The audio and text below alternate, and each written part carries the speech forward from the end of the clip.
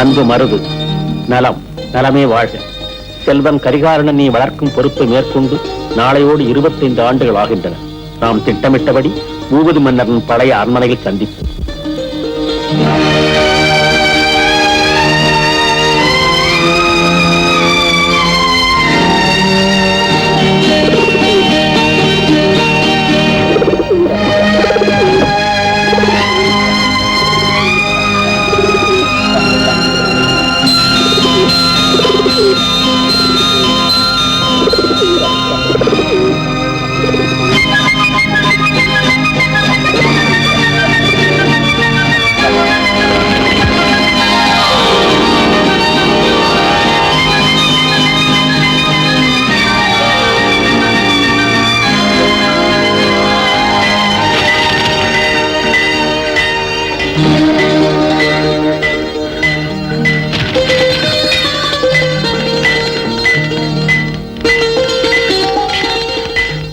மணிவண்ணா, காலத்துக்கு கருணை கிடையாதுன்னு சொல்லுவாங்க. அந்த உண்மையை இப்ப நாங்க அனுபவபூர்வமா உணர்றோம். அப்பா, என்ன சொல்றீங்க? மணிவண்ணா, சில பிள்ளைகளால பெற்றோர்களுக்கு பெருமை, சில பிள்ளைகளுக்கு பெற்றோர்களால பெருமை.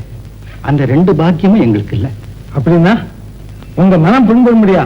நான் ஏதாவது தவறு செய்தேனா? இல்ல இல்ல, தீயின் மேல தூசி படிஞ்சாலும் படியும், மணிவண்ணன் மேல மாசு படியுமா? அப்பா, இந்த பாராட்டும் பெருமை எல்லாம் என் அண்ணனுக்கு தான் செய்யும். உண்மைதான்ப்பா. வள்ளலான கர்ணனுக்கு தாயானதால குந்திரேவிக்கு வரலாற்று இடம் கிடைச்சது. அத போல உன்னை பெற்ற தாய்க்கு இந்த உலகம் உள்ளளவும் புகழ் நிலைச்சிருக்கும். ஆனா அந்த பாக்கியம் எனக்கு இல்லப்பா. அம்மா, இந்த சொல்லிக்கூடிய தெய்வம் நான் இல்லப்பா. என்ன? உன்னை பெற்றவங்க நாங்க இல்ல. ஐயோ, இது என்ன கொடுமை! மனசை திடப்படுத்திக்க மணிவண்ணா. காக்கையின் கூட்டுக்குள்ள விடப்பட்ட குயிலின் குஞ்சுதான் நீ. இப்ப அந்த கூட்டை பிரிஞ்சு உன் குலத்தை நாடி போக வேண்டிய நேரம் வந்துடுச்சு. அப்படின்னா நான் யார்? என்ன பெற்றவங்க யார்? என் பூர்வீகம் என்ன? இந்த ரகசியத்தை உங்ககிட்ட சொல்லத்தான் பல வருஷங்களா காத்துட்டு இருக்காரு டாக்டர் அருணகிரி. இதை அவர்கிட்ட கொண்டு போய் கொடு, அவர் எல்லாம் விவரமா சொல்லுவார்.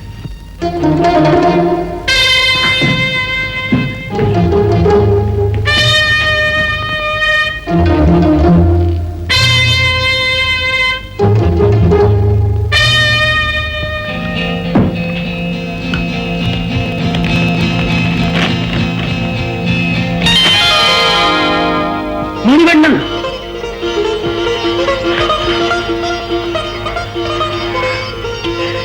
25 வருஷங்களுக்கு முன்பு நான் உன்னை அனுப்புறப்போ நீ பச்சம்பன், இப்போ நீ பசும் பொன். டாக்டர், பொண்ணுக்கு கூட பூமியோட வயசுல பிறந்ததுன்னு ஒரு பூர்வீகம் இருக்கு. எனக்கு அப்படி சொல்லிக்கிறதுக்கு எதுவுமே இல்லை. கவலைப்படாத, உன்னுடைய பூர்வீகத்தை நீ தெரிஞ்சுக்கிற நேரம் வந்தாச்சு. இதோ இத பாத்தியா? இதுதான் நீ பிறந்த அரண்மனை. நான் அண்ணன் பிறந்தேன். ஆமா, இது எங்க இருக்கு? அருகாமையில தான் இருக்கு, ஆனா இந்த நிலையில இல்ல. மணிவண்ணா, இதுதான் நிஜும் சகோதரனும் பிறந்த இடம். சகோதரனா? ஆமா, உனக்கு ஒரு சகோதரன் இருக்கான். எனக்கா?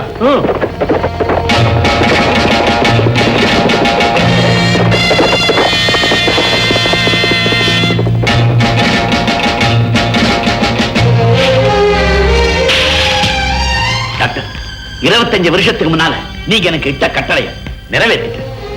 உன்னோட ராஜ விசுவாசத்தை கண்டு நான் ரொம்ப பெருமைப்படுற மருது. டாக்டர், இவன் உன்னுடைய தம்பி. ஏன் தம்பியா? ஆமா, உன் தம்பி கரிகாலன்.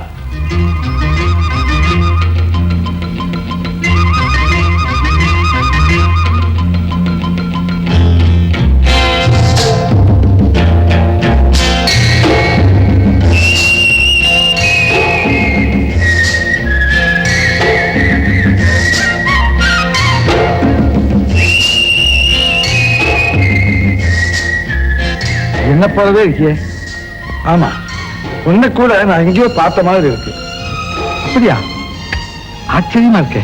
மணிவண்ணா, கரிகாலா, இந்த கோட்டையிலே இருந்து கொண்டு புகழ் பரப்பிய பூபதி என்னும் ஒளிவிளக்குதான் இந்த தேசத்தின் திருவிளக்காக திகழ்ந்தது ஒரு நாள். அவர் இந்த மண்ணிலே விதைத்து விட்டு போன வீர வித்துகள் தான் நீங்கள் இருவரும். அன்பு அஞ்சாமை ஆகியவற்றுக்கு அவர் வாரிசு, அவருக்கு நீங்க இருவரும் வாரிசு. டாக்டர், எங்க தெய்வத்தோட தரிசனம் எங்களுக்கு கிடைக்காம போனது கொடுமைன்னு கொடுமை. டாக்டர் டாக்டர் அந்த வீர திருவுருவம் வேண்டது எப்படி? சுமார் 25 வருஷங்களுக்கு முன்னாலே பூபதி அரண்மனையில் உங்கள் பெயர் சூட்டு விழா கோலாகலமாக நடந்து கொண்டிருந்த நேரம் இதுதான் நடந்தது. மன்னர் பூபதியின் மணிமுடிய மண்ணிலே சாய்த்த மாபாவி மார்த்தாண்டன் இன்னும் உயிர்கொண்டுதான் இருக்கிறார். மார்த்தாண்டன், இந்த மண்ணிதானே, அந்த வெண்ணிதானே, என்னை பெற்றெடுத்த என் அன்னையின் மீதானே. எந்த மார்த்தாண்டன் என் தந்தையின் உடலையும் புகழையும் தாய்த்தானோ அவனுடைய தலையை உணர் செய்தேன். இது சத்தியம். இது வெறும் சபதம் அல்ல. மார்த்தாண்டனுக்கு நான் பதிக்கும் சாரோலை அவன் குடலை அறுத்து இந்த மாநகர் வீதி எங்கும் தோரணம் கட்டி தொங்க விடுவோம். இது சத்தியம்.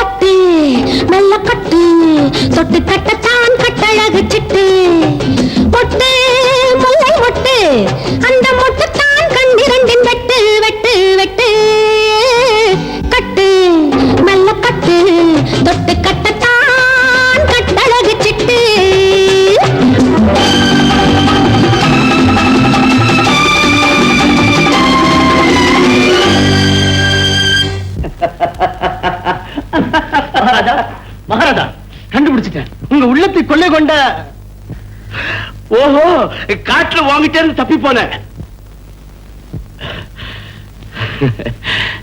கனகவல்லி. மகாராஜா, நாங்க அரசியல் விஷயமா பேசிட்டு இருக்கிறோம், நீ போலாமே. ஜம்பு, மாட வீதியில இருக்கார நகை வியாபாரி நல்லான், அவருடைய மகன். சபாஷ், நம்ம வேலை சுலபமா முடிஞ்சிட்டது. நல்லானையும் அழைச்சிட்டு வந்திருக்க மகாராஜா. பாலே பாலே. நல்லாதவர்களே பாருங்கள், உட்காருங்கள் உட்காருங்கள். தங்கள் மகள் காஞ்சனா நலம்தானே? நலம்தான். இந்த நாட்டின் முதல் பிரஜையாக இருக்க வேண்டியவளாயிற்றே. ஜம்பு, நாம் இவரை அழைத்த காரணத்தை சொல். ஒண்ணுமில்ல, நம்ம மகாராஜா ஒரு கல்யாணம் செய்துக்கு ஆசைப்படுறாரு. ஆஹா, தாராளமா பண்ணிக்கலாமே. ஏன்னா இவ்வளவு பெரிய சமஸ்தானத்தை ஆளுறதுக்கு ஒரு சந்ததி வேணும் பாருங்க. அவசியம் வேண்டியதுதான். பார்த்தாயா ஜம்பு, நான் அப்போதே சொல்லவில்லை, அங்கேயும் அதுதான் விருப்பம்.